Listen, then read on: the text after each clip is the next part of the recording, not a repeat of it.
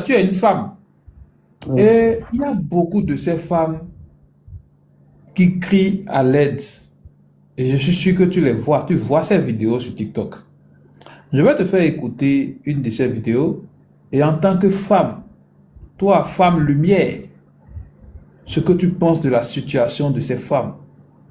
Tu vas aussi nous parler de cette dame qui va donner la vie et qui a perdu la vie. Aujourd'hui, ça devient récurrent que nos mamans au 21e siècle, aujourd'hui, aillent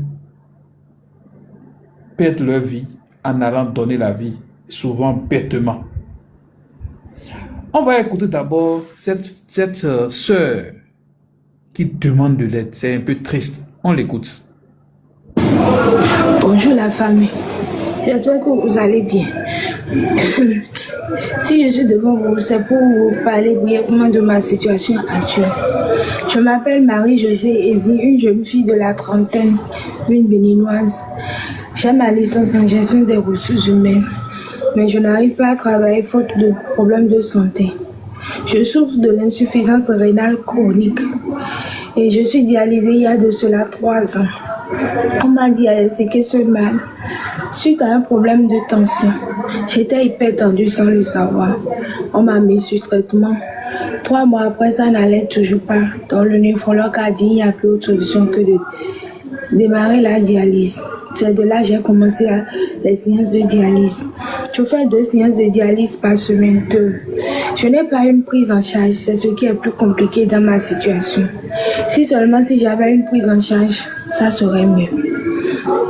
Qui parle d'insuffisance rénale, ça veut dire que les reins ne fonctionnent plus. Les reins n'arrivent plus à filtrer les déchets. Je n'arrive plus à uriner comme Dieu m'a créé naturellement. J'ai parfois envie d'uriner jusqu'à j'ai mal, mais rien ne sort. Donc il faut nécessairement la séance de dialyse pour éliminer le déchet dans le sang. Et il me faut minimum 2 séances. Et il me faut 120 cas par semaine pour assurer ces 2 séances-là. 120 cas, je vous dis, sans prise en charge, ce n'est pas chose facile. Donc si je suis là ce matin, c'est pour solliciter votre générosité, votre soutien de tout genre. Oui, la dialyse, ce n'est pas une méthode de guérison. Ça ne fait que maintenir le patient. Ça soulage le patient. Tu fais la dialyse, tu viens, tu manges, tu bois. Les déchets s'accumulent encore. Il faut encore aller à l'hôpital pour éliminer encore. Vous voyez, donc c'est vraiment compliqué. La seule solution, c'est le greffage. Et c'est des millions, si des millions, vraiment. Et certes, j'ai ma soeur qui est prête à m'aider à me donner un rein. Mais il faut vraiment les moyens pour pouvoir aboutir à tout ça. Pour le moment, je vais continuer les séances de dialyse pour avoir un peu de soulagement. Donc, s'il vous plaît, ne m'abandonnez pas. Ma famille a secoué si elle était pour moi. Ma famille ne m'a pas abandonnée.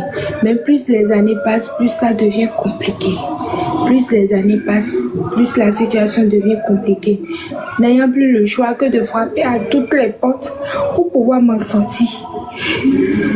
Je n'ai vraiment pas le choix. Ce n'est pas ma forme normale. C'est la maladie qui m'a rendu comme ça. Chaque fois que je vais à la séance, je ne fais que perdre du poids. Chaque fois, je ne fais que perdre du poids. Et je suis devenue comme ça. Mais j'ai tout accepté.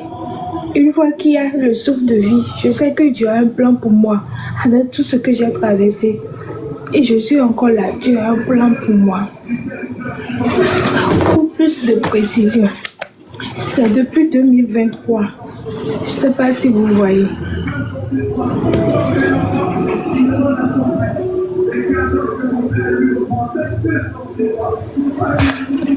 Il faut que je vous montre un peu. Depuis 2023, qu'on m'a diagnostiqué ce mal.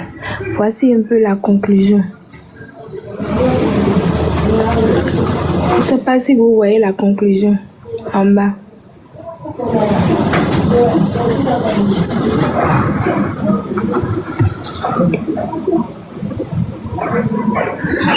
Voilà. Ce qui prouve que J'ai vraiment ce mal. Si je vous montre tout ça, c'est parce que il y a d'autres qui ne croient pas.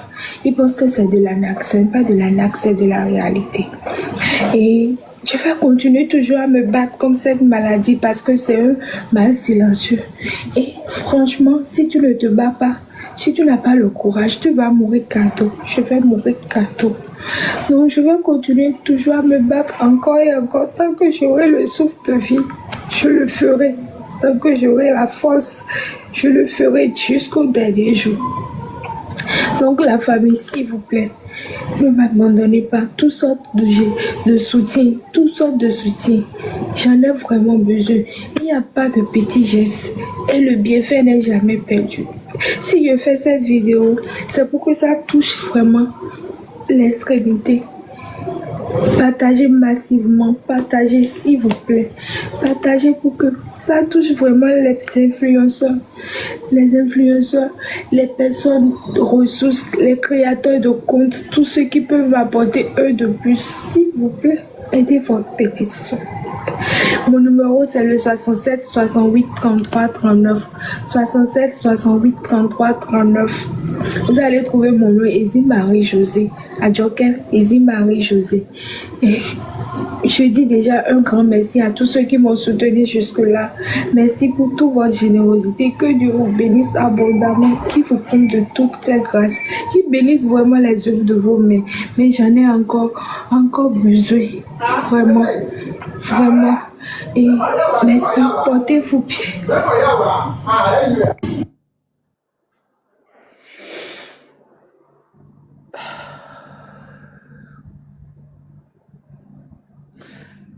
Donc, les amis,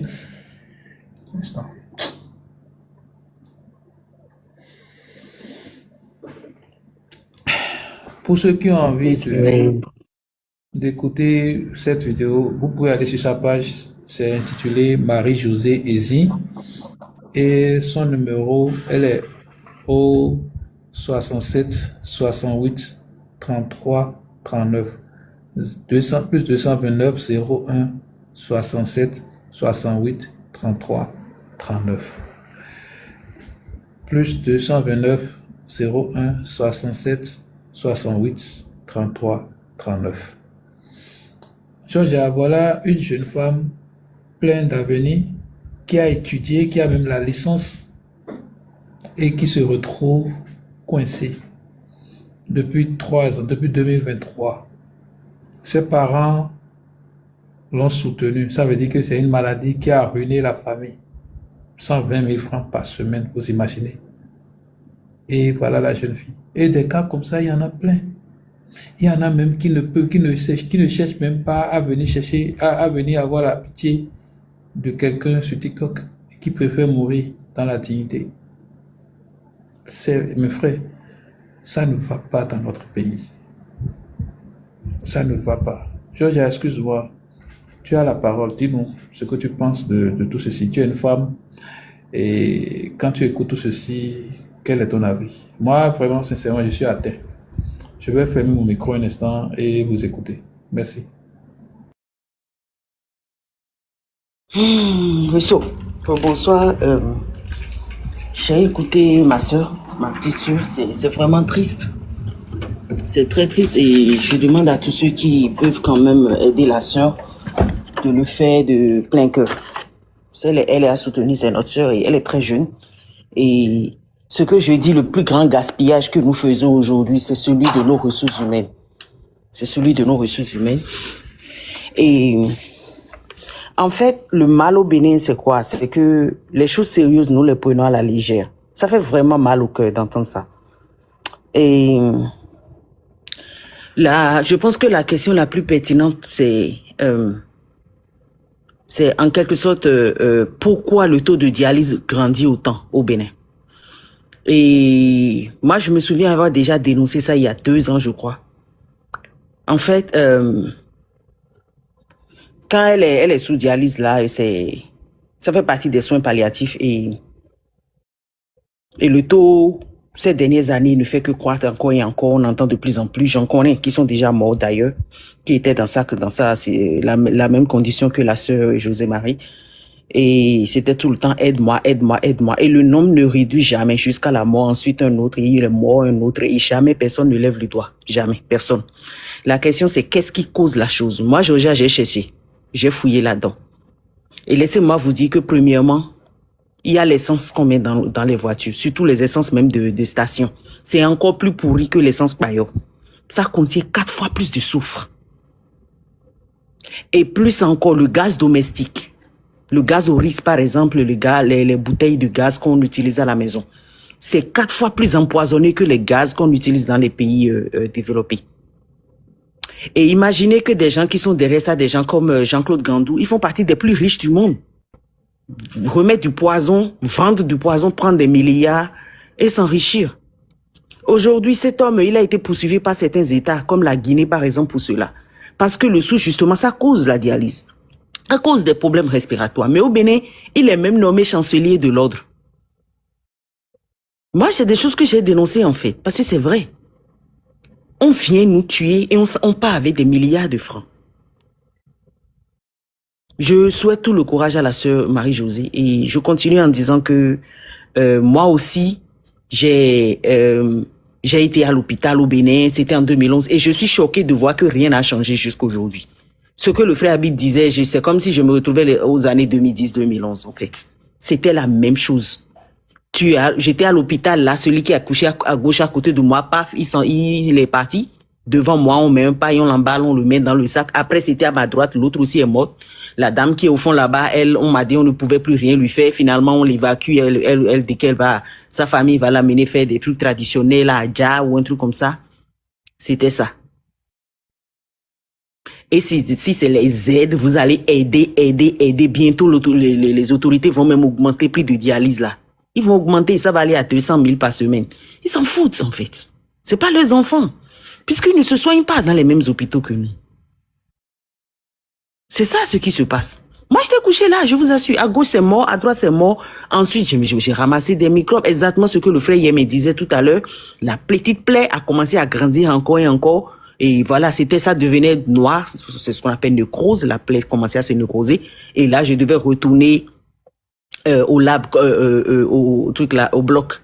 Et le bloc, voilà, il n'y avait pas du temps, c'est samedi, il faut attendre jusqu'au lundi, il y a coupure, il y a ci et ça, la jambe pourrissait, on commençait à me parler d'amputation.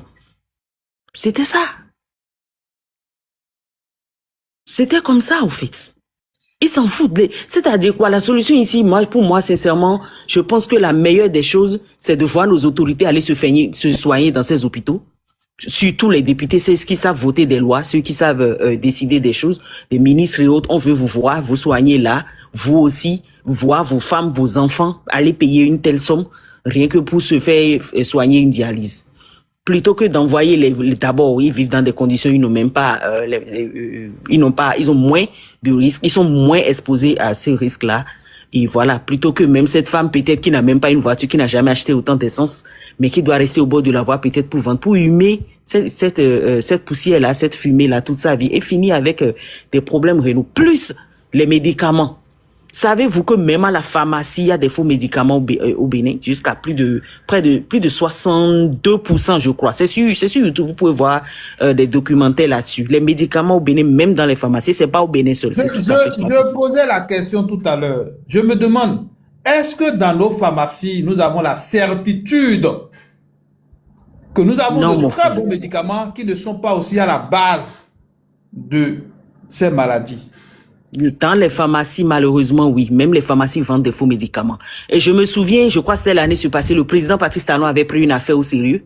J'ai rigolé, j'ai dit, il n'ira pas loin. Parce que c'est l'Union européenne même qui est derrière ça, en fait. Il avait pris l'affaire au sérieux et il y avait des médicaments qui étaient validés, mais en fait, c'était des faux parce qu'on disait que ça venait du Gabon et lui, il ne trouvait pas les traces du Gabon. Il a pris l'affaire au sérieux. Ça m'avait ri. J'ai dit, mais mon frère, tu ne vas nulle part. Effectivement, 2 jours après, pim, ils se sont tués et Fibifa, Sentia. C'était ça. Parce que c'est l'Union européenne qui est derrière cette affaire. Nous, notre population, on va la réduire. Et n'oubliez pas, nos autorités nous l'ont dit en face. Vous pouvez aller vérifier, en fait.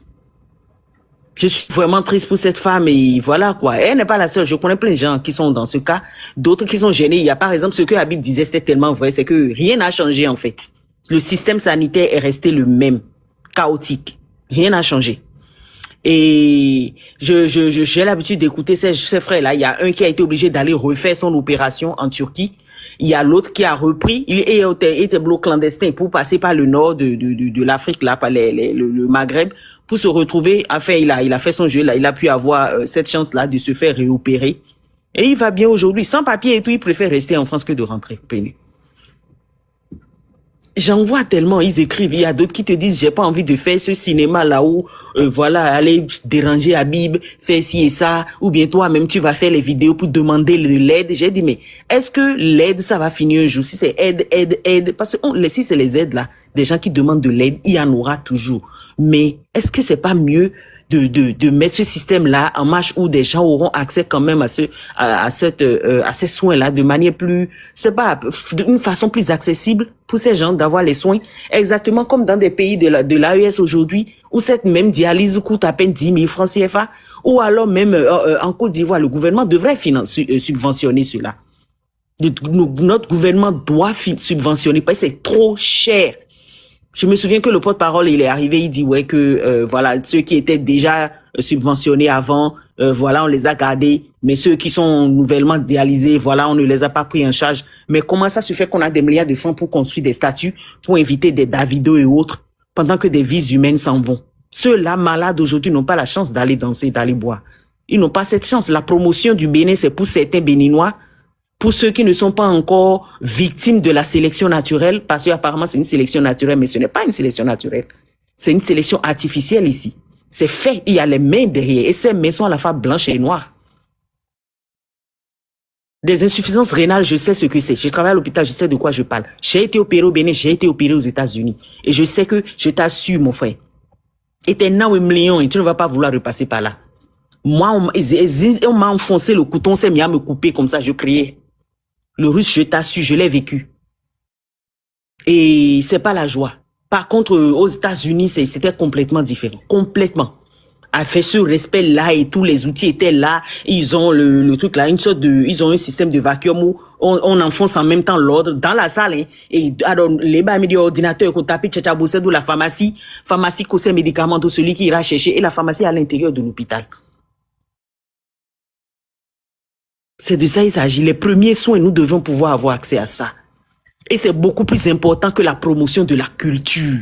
C'est beaucoup plus important que les danses, les chants. C'est beaucoup plus important que des aéronefs. C'est beaucoup plus important que des artistes, que des youtubeurs. C'est des vies humaines. La vie humaine n'a pas de prix. L'être humain n'a pas de prix. Il n'a que de la valeur. Pas de prix du tout.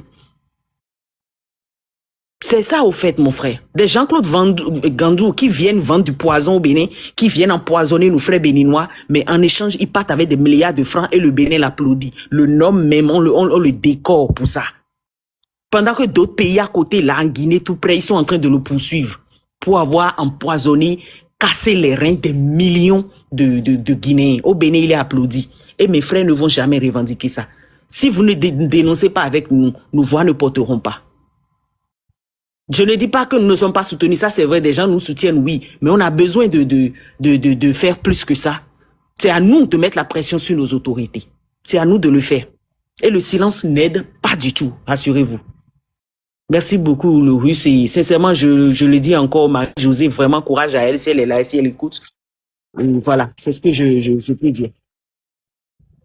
Russe, c'est tout. Allez, je fais mon micro, les gars. Merci beaucoup, Georgia. Merci beaucoup à ma reine Brie pour le cadeau. Si vous pouvez faire comme elle hein, et soutenir le live, ce serait très bien aussi. Georgia, tu as parlé des prétendus faux médicaments dans des pharmacies. J'ai trouvé l'entretien du chef de l'État avec les professionnels de la pharmacie. Exactement. Tu as vu la vidéo. Je me souviens l'avoir suivi aussi. Oui, c'est de ça que je parlais. Un instant, il y a TikTok qui m'envoie ce truc-là.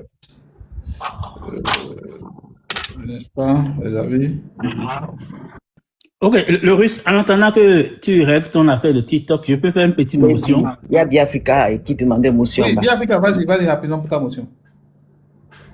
Non, comme Georges a parlé des causes de l'insuffisance rénale, il y a un élément important qu'on a tendance à oublier, c'est l'utilisation du glyphosate.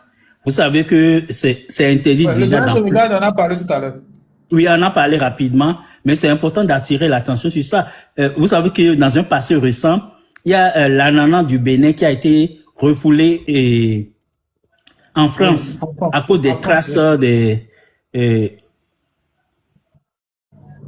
oui, à cause des traces des produits, je ne sais pas quels produits exactement ils ont retrouvé dessus. Donc, le vrai problème qu'on a aujourd'hui avec les produits qui entrent dans la production agricole, c'est le conflit d'intérêts qu'on a à la tête de l'État. Parce qu'il n'y a pas une structure indépendante aujourd'hui qui peut certifier la qualité des intrants agricoles qu'on amène au Bénin. Donc, on les consomme, on les utilise, c'est l'eau de ruissellement emporte ça, les paysans, on a encore beaucoup de régions où les gens n'ont pas l'eau potable. Donc, ces gens-là vont prélever l'eau directement dans les rivières, dans les cours d'eau. Quelle est la conséquence de cette consommation-là sur leur santé et sur la multiplication des cas de dialysés qu'on a aujourd'hui au Bénin? Donc, on n'a pas d'enquête indépendante. Donc, c'est les choses sur lesquelles il faut se battre pour que, au Bénin, peu importe, vous avez parlé des boissons qu'on importe au Bénin. Donc, tous ces éléments-là, on doit avoir une structure totalement indépendante qui doit être capable de certifier la qualité et l'innocuité de ces produits sur la santé humaine. Donc ça, c'est cet élément que je voulais ajouter au débat. Sinon, si on continue comme ça, on va tous y passer un beau jour. Parce que nous mangeons dans la rue, on ne sait pas quelle eau les gens utilisent pour fabriquer, pour préparer ces nourritures-là.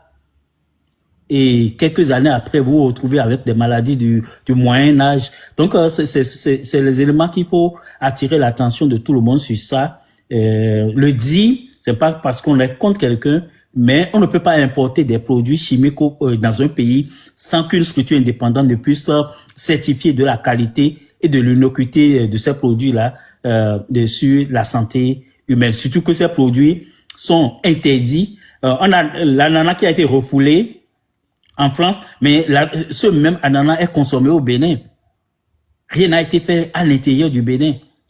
Mais oui, je sais bien qu'il y a des structures. Mais est-ce que ces structures-là peuvent dire aujourd'hui que l'intrant importé par le Patrice Talon, qui est en même temps le chef de l'État, n'est pas de bonne qualité? Ça ne peut pas se faire. S'ils le font aujourd'hui, on va les déposer à administrer. Il ne peut pas dire l'intrant que lui l'a importé. Il a sorti des milliards pour amener au Bénin que l'intrant n'est pas de bonne qualité. Un technicien qui le dit demain matin, il va se retrouver en prison. C'est ça qu'il faut éviter. Un problème de conflit d'intérêts au sommet. Absolument. Et cela impacte directement notre santé publique. Et puis, on ne prend même pas en charge les conséquences de leurs inconséquences. Alors, les amis, on va écouter... Oui, doyen Sauvegarde. S'il te plaît, le russe. Je peux dire un petit mot complémentaire à ce que Biafrika a dit là tout à l'heure. Il faut savoir que, juste une chose, il faut savoir que le glyphosate est interdit dans certains, en tout cas, c'est reconnu comme produit cancérigène dans beaucoup de pays occidentaux et interdit. Ça, c'est un premier point. Deuxième point, ce qui n'est pas bon pour l'homme occidental là-bas, comment ça se fait qu'on continue de l'amener chez nous? Deuxième point. Troisième point, l'huile que nous consommons là, vous voyez les huiles végétales qui sont dans les bidons jaunes. C'est le moment aussi de s'interroger par rapport au processus de fabrication de ces huiles. Parce que chez nous là, nous avons l'huile de palme rouge, qui est une huile très très bien que dans d'autres pays, pour des questions économiques de concurrence, on a interdit l'huile rouge. Mais notre huile rouge à nous, c'est l'huile rouge première pression vierge. Donc, nous n'avons aucune hésitation à manger cette huile rouge. Or, l'huile rouge, et dans certains produits, on nous dit c'est interdit, c'est interdit. Bon, maintenant l'arachide, l'huile d'arachide. On ne mange pas non plus l'huile d'arachide. Aux dernières nouvelles, j'ai aussi appris que maintenant, il y a la chasse à l'huile d'arachide. Mais ce qu'on mange le plus, c'est l'huile de coton. Et cette huile-là, dans les bidons jaunes raffinés, le grand peuple mange ça. Donc, s'il y a une enquête de santé publique, ces éléments-là peuvent être investigués et je suis sûr qu'on trouvera quelque chose à redire sur la question d'huile qu'on est en train d'ingérer pour notre population. C'est un aspect auquel on devrait alerter aussi. On devrait dire à notre peuple de manger l'huile d'arachide ou de manger l'huile rouge plutôt que cette huile-là qui est dans les bidons jaunes et l'huile de coton aussi. Parce que l'huile de coton, étant donné que le coton est pollué par le glyphosate, l'huile de coton ne peut pas échapper à la pollution par le glyphosate au même titre que les nappes phréatiques. Voilà. Merci beaucoup, doyen Sovikat. Et Yabé, je peux prendre ta place rapidement ou bien... Ouais, russe. Et le haut des bois, ça. Prends la mienne. Il n'avait pas fini. Il n'avait pas fini. Ah, Yabé n'avait pas fini? Ok, d'accord. Il n'avait pas fini. Yabé, reste alors. Sinon, moi, je peux ajouter une phrase, non, en disant que je pense que ce dont on a besoin plutôt, c'est une OMA, une organisation mondiale africaine. Et ça, nous, Panafricains, on a proposé ça plusieurs fois. Ou même un CDC, un centre de contrôle des maladies et des médicaments. On a besoin de ces choses-là en Afrique. C'est l'Afrique qui est le seul continent qui n'a pas ça, en fait. Donc, ça fait que nous sommes beaucoup plus accessibles. C'est le seul continent où il y a plus de faux médicaments, plus de ces choses-là où on peut manipuler des gens, réduire les populations comme on veut. Si tu vas voir l'étude sur les populations en Afrique, ça évolue en zigzag. Ça monte, ça descend, ça monte, ça descend. Tu vois? Et tu sais très bien pourquoi je préfère ne pas dire, parce que je suis quand même sur un panel de panafricanistes quand même aguerris. Donc voilà, c'est juste ce que je voulais dire. Merci. Merci beaucoup. Alors, on va écouter, avant de continuer, une problématique que le chef de l'État lui-même était en train de dénoncer. Il y a de cela 6 ans, ou bien, bon, en tout cas, dès sa prise de parole, il faisait le diagnostic. Il a rencontré les professionnels de la pharmacie. On va écouter ce qu'il dit.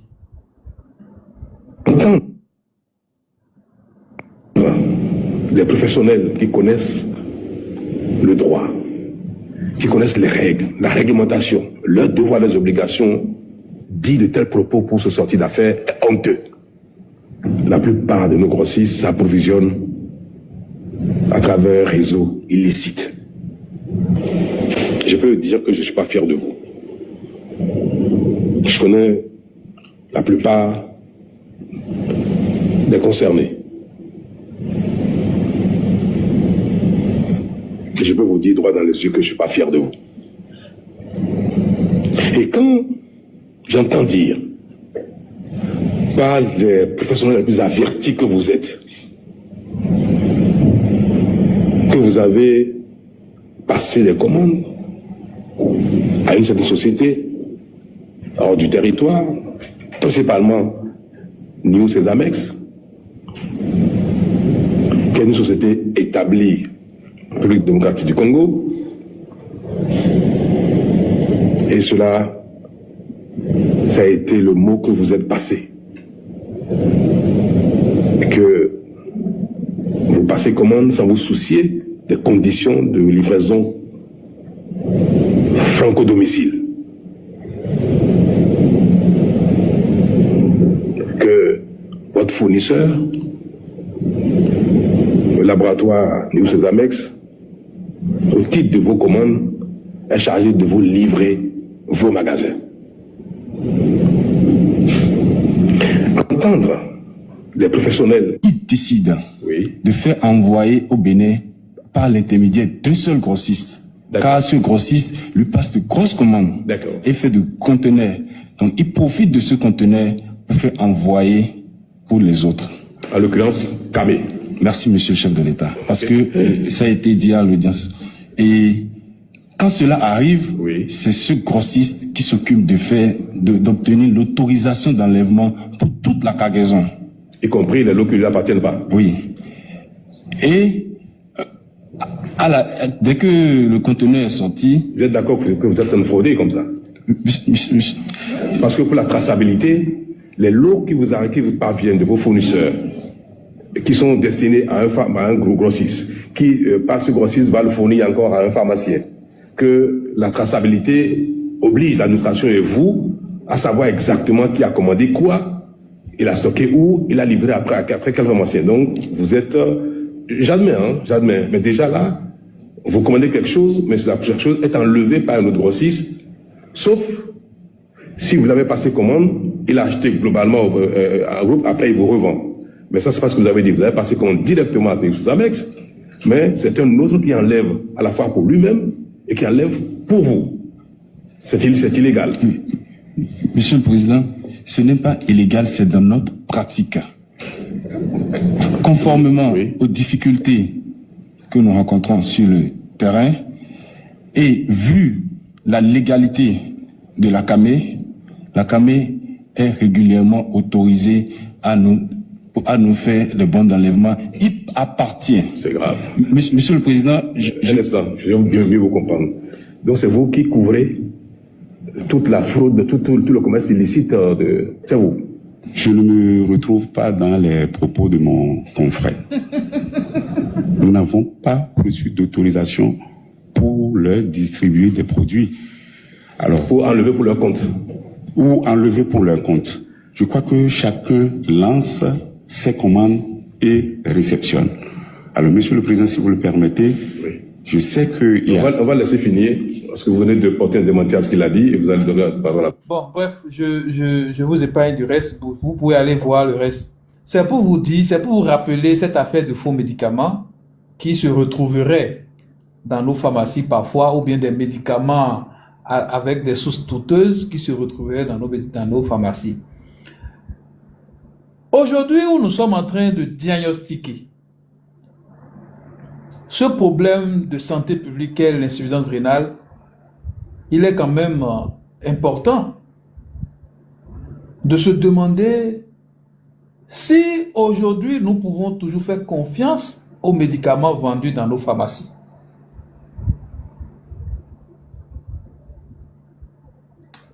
Pouvons-nous faire confiance aux médicaments vendus dans nos pharmacies? Est-ce que simplement parce que des sociétés ont les agréments, travaillent dans la légalité, est-ce que les médicaments qu'elles nous vendent sont vraiment des médicaments de qualité qui ont suivi des contrôles? En fait, la vidéo que tu viens de jouer, je ne sais pas, mais on ne peut pas tout jouer ici. C'est une affaire que j'ai suivie de très près. Et j'ai aimé la façon dont le président Patrice Talon a suivi cette affaire. Il l'a suivi de très près, honnêtement. Honnêtement, c'est qu'il s'est mis là tous les jours. C'est qu'il est au bout de ton tcho-tcho-tcho, mais il ne peut rien faire. C'est que lui-même aurait voulu que le système soit propre. Mais il ne peut rien faire parce que ceux qui sont en train de financer ça, justement, c'est ses chefs. C'est ce que je suis en train de dire. On parle ici de souveraineté sanitaire. Je pèse mes mots. Et je sais que Russo, tu as compris. Assez qu'aux vidéos les biens, sinon je t'assure, en montrant que c'est le néocolonialisme pur qui est derrière ça. Il s'agit ici de réduire notre population et c'est fait exprès. Il n'y a rien que nos autorités puissent faire pour changer ça. Vidéo les soupons. Moi j'ai suivi l'affaire là de très près. Et s'ils fit, ils peuvent rien faire. Ils peuvent pas. C'est une question de souveraineté sanitaire. Donc merci. Ça veut dire que le président Patrice Talon, selon toi, aurait commencé une bataille perdue d'avance et qui finalement a été peut-être noyé. Exactement. Et il a été broyé, il a croisé les bras, il s'est tué là-dessus. Affaire noyé, et pourtant, nous avons des affaires augmentées bien. Mais quand même, il y a quand même après ça un assainissement au niveau du système pharmaceutique béninois. Et nous avons vu, on a eu... L'arrangement est là, c'est-à-dire... Finalement, ils ont donné 2 ans ou 1 an à quelqu'un de prison. On a mon vidéo de mai, et bon sacrifier bon nous, mais les numéros bon affaire sérieuse, ben ils aiment une prison, c'est tout. Sinon, à mon il blow le management interne, mais ils laissent gauche ou à droite ou à gauche, c'est tout. C'est la même chanson qui continue. C'est les mêmes plaintes, les morts. Voilà encore un message qui est dans les commentaires. Je vais lire. Je souffre de hernie discale lombaire. L'affaire de faux médicaments, un faux problème. Oui, et bien Africa, tu parlais. Non, non, c'est juste une citation. Quelqu'un nous a dit ici que l'affaire du faux médicament est un faux problème. Ah bon? C'est qui? Qui nous a dit ça? Je cite Atao Renho. Ah, Atao Renho qui lui-même était quand même un baron dans cette affaire. Nous sommes en train de... Voilà. Est-ce que cette affaire entre le président de Patrice Talon avec les spécialistes de la pharmacie, est-ce que c'est beaucoup plus dans l'intérêt sanitaire du Bénin ou bien c'est un bras de fer commercial qui ne dit pas son nom? Bien Africa.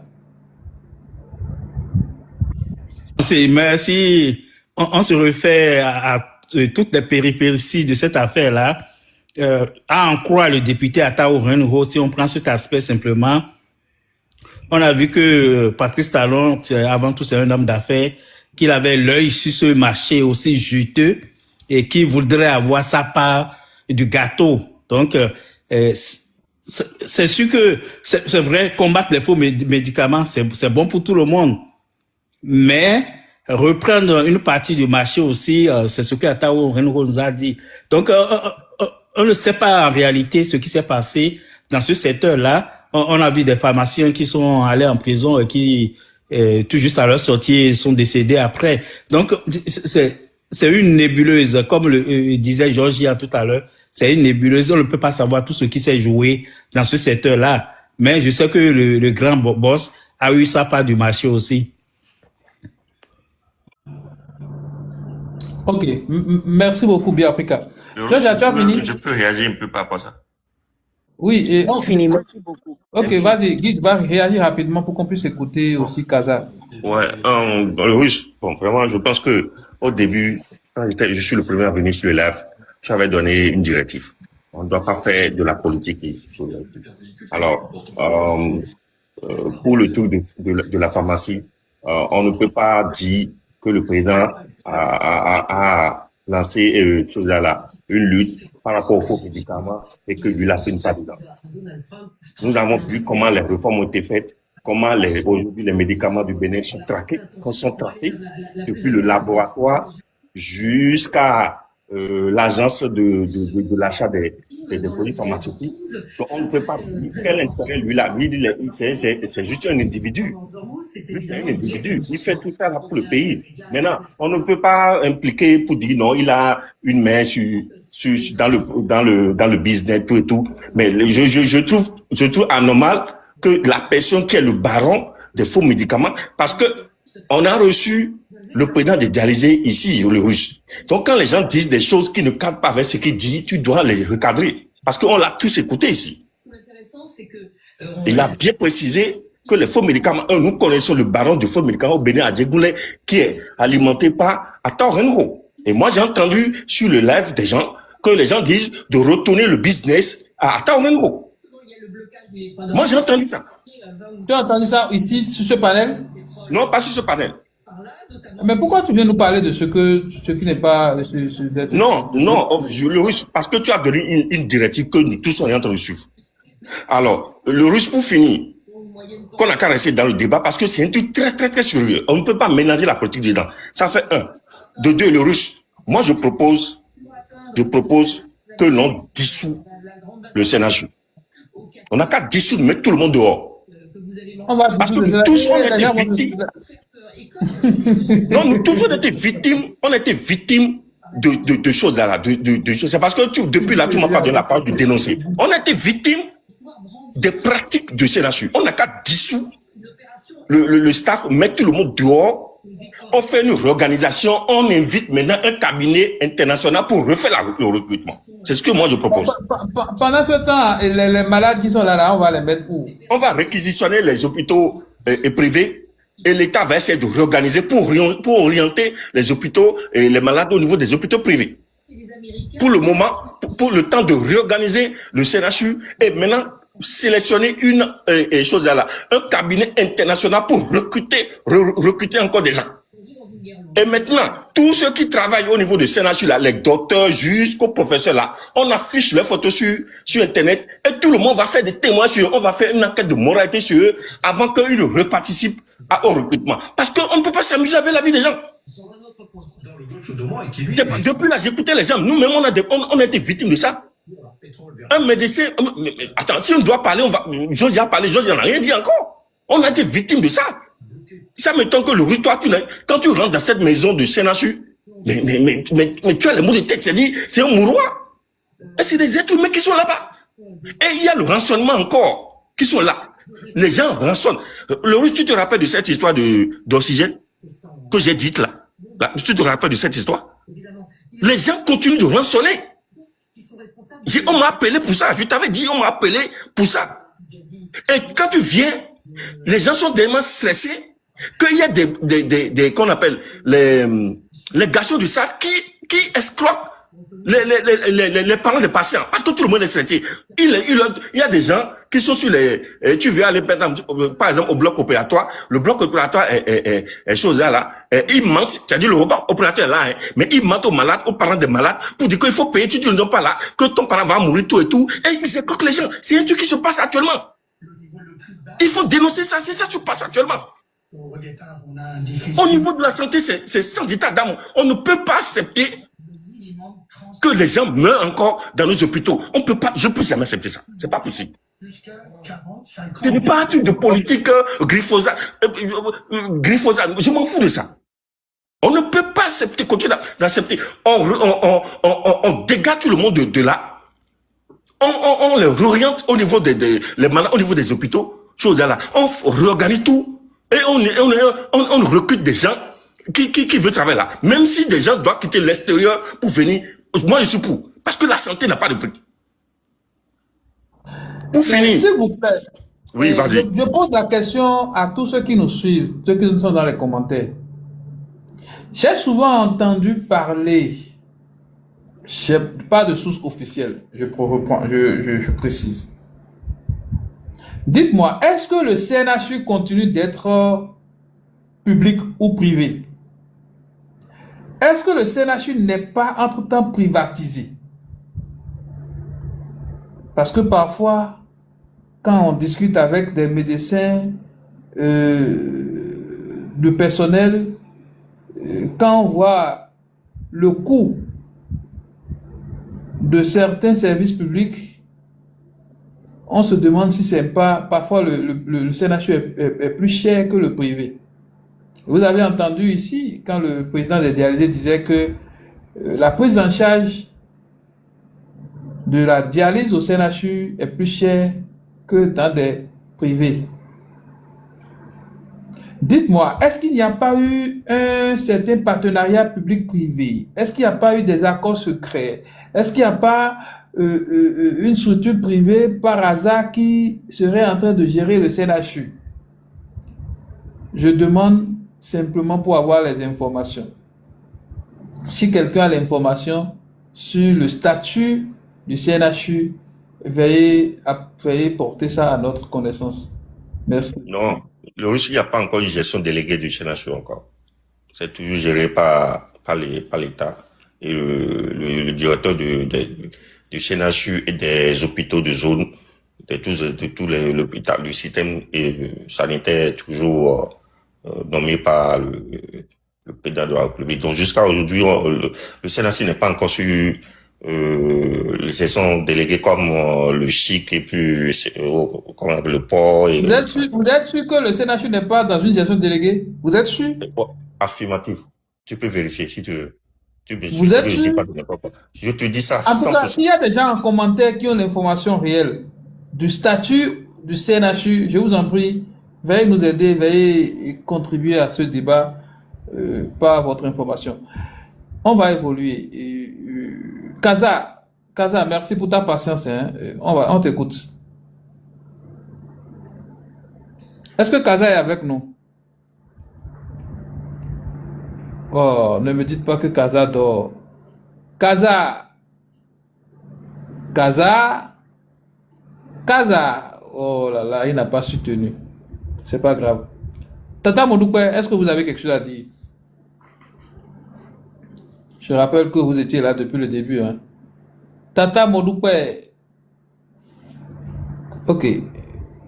Biafrika n'est pas modo ici. Attends, Biafrika, je te fais modo, tu vas gérer ça. Attends.